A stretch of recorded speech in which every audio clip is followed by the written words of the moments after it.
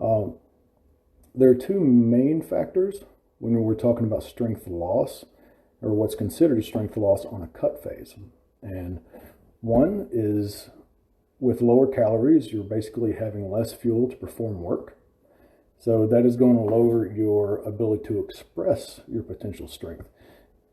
From one day to the next, if you have more carbohydrates and you have low carbohydrates on another day, you're still kind of the same person as far as your potential for strength.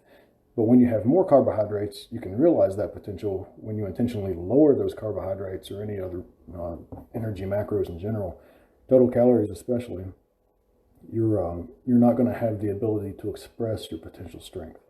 So that's a big thing to keep in mind, and it really messes with people in a cut phase when you feel like you're just losing strength left and right, but it's really you're in a state and you're in a calorie deficit, which by definition means that you are low on energy.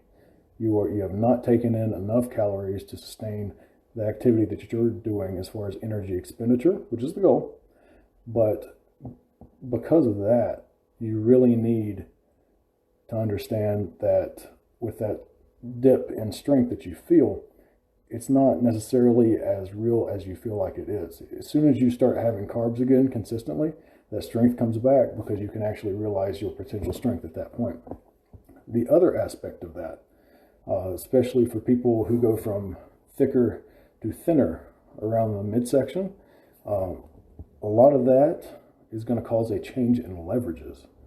And people, who are basically built like fire hydrants have an easier job squatting because the leverages there are much more favorable, and you can have better support coming out of the bottom of the squat as opposed to someone with a thinner waist, because you don't have as much stability or the kind of the core strength to make up for that lack of thickness around the midsection. So if you're going to be losing inches around your waist, you should probably expect a little bit of decrease in your squat numbers, and likely your bench press too, because that'll increase the range of motion. If you lose a little bit of fat off your back, like it comes off uniformly, like I talked about before. If you lose mass off your back, just in body fat, the muscle doesn't need to change, and you lose fat mass off your anterior portions, that's a funny way to put that. You go down, you're actually going to increase your range of motion. I actually measured that in my dissertation for my PhD. We tracked fat loss for the case study subject that I was using, and their range of motion as they dropped down to a lower weight class, the range of motion actually increased 4 centimeters.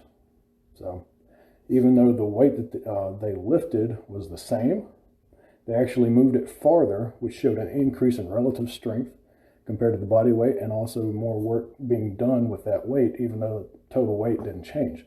So you can definitely say that they technically got stronger and could express more strength, but it didn't show up on the barbell specifically.